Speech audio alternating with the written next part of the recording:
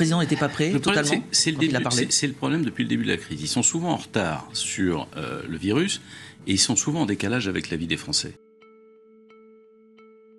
Il y a au niveau mondial une réelle inquiétude marquée par l'épidémie de coronavirus qui trouve son origine en Chine mais qui arrive maintenant sur notre territoire. La menace d'une crise sanitaire de grande ampleur devrait appeler de votre part et par anticipation des moyens exceptionnels. En termes de risque pour la France, le risque d'importation de cas depuis Wuhan est modéré. Il est maintenant pratiquement nul puisque la ville, vous le savez, est isolée. Et les risques de propagation du virus dans la population sont très faibles. Nous sommes en guerre et cela requiert notre mobilisation générale. On en vient aux masques. Alors d'abord, est-ce que vous avez acheté des masques pour vous et vos enfants? Ah non, pas du tout. J'insiste. L'usage du masque en population générale n'est pas recommandé et n'est pas utile.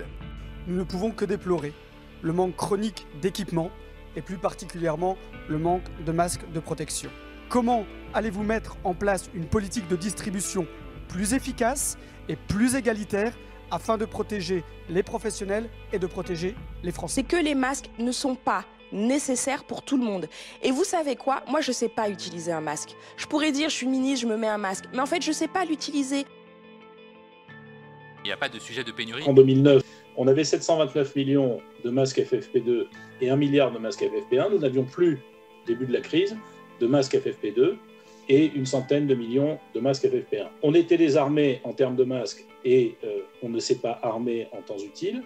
Il devait y avoir des contrôles réguliers de l'état des masques, des stocks de masques chez les employeurs, dans les administrations. En 2018, vous êtes nommé directeur général de la santé pour notre pays. Avez-vous ordonné des contrôles ou avez-vous eu connaissance de ces contrôles? Et je me suis assuré du contrôle du stock qui était sous ma responsabilité. Et donc je me suis vraiment assuré de ce stock de Santé publique France. Pour la commission d'enquête du Sénat sur la gestion du Covid, le responsable, c'est lui. Lorsque la Direction générale de la santé a été informée en octobre 2018 que 613 millions de masques étaient en fait non conformes, il a demandé de racheter à peine 100 millions de masques alors que 613 millions avaient été détruits. N'oublions pas pour autant toutes les victimes déjà atteintes par cette infection virale. Personne n'est en mesure de leur apporter des réponses sur ces symptômes qui persistent parfois depuis plus de 6 mois et qui ne leur permettent pas de reprendre leur vie d'avant le Covid. Comptez-vous généraliser un bilan de santé global accompagné d'un protocole de prise en charge? Que faisons-nous? Nous développons la recherche clinique. J'ai déposé une proposition de loi visant à mettre en place une plateforme qui permettrait à tous ceux qui sont concernés de parler de leurs symptômes. Et cette plateforme pourrait servir également à tous nos médecins pour faire le bilan de cas et d'essayer d'en sortir quelque chose. Et suite à ça, évidemment, on pourrait mettre en place des parcours de soins adaptés.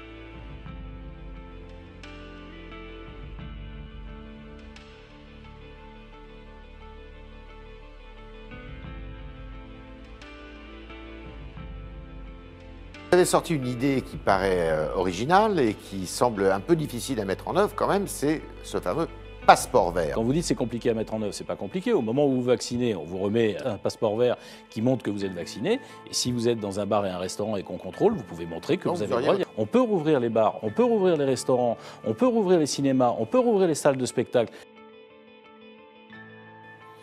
Dès le 21 juillet, le pass sanitaire sera étendu aux lieux de loisirs et de culture. Il y a une façon très simple de permettre à un Français qui ne peut plus fixer sa date des vacances, de se faire vacciner chez lui pour la première dose et de faire la deuxième là où il va en vacances, c'est qu'avec l'application, il peut se présenter sur son lieu de vacances et recevoir sa deuxième dose à la bonne date. Voilà quelque chose qui ferait avancer les choses. Quand vous prenez rendez-vous pour une première dose de vaccin dans un centre, la deuxième dose de vaccin doit être réalisée et le deuxième rendez-vous doit être pris dans ce centre. Ah, bah donc dans ce cas-là, on ne pourra pas, pour tous ceux qui sont vaccinés en mai ou en juin, donc, vu les délais entre les deux doses, c'est pour ça que je dis, ce ne sera pas sur le lieu de vacances, sauf s'ils passent les vacances à la maison.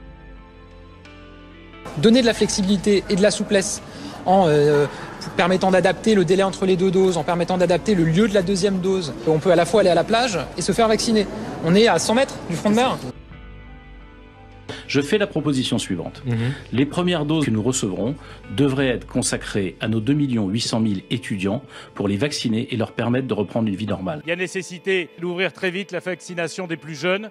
qui vont partir entre le 15 juin et le 15 septembre, qui vont beaucoup bouger, faire la fête et qui pourraient être une source de nouvelles contaminations.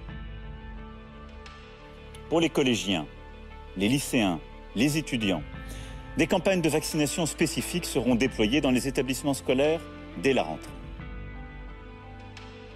Vous êtes favorable, vous, à la vaccination obligatoire pour les soignants et les profs? On va faire une génération de sacrifiés de l'école. Et donc, protéger les enseignants, protéger les personnels qui travaillent dans les écoles, les lycées, les collèges, c'est une façon d'éviter que, parce qu'il y a des cas contacts ou parce qu'il y a des malades, on fasse perdre des cours aux enfants. On n'en est pas là. À ce stade, ça ne nous paraît pas indispensable. Donc parce un que prof nous pensons... pourra continuer à faire cours sans être vacciné. Le président n'était pas prêt totalement. C'est le problème depuis le début de la crise. Ils sont souvent en retard sur le virus et ils sont souvent en décalage avec la vie des Français. C'est ce que je reproche le plus, de ne pas être capable d'écouter.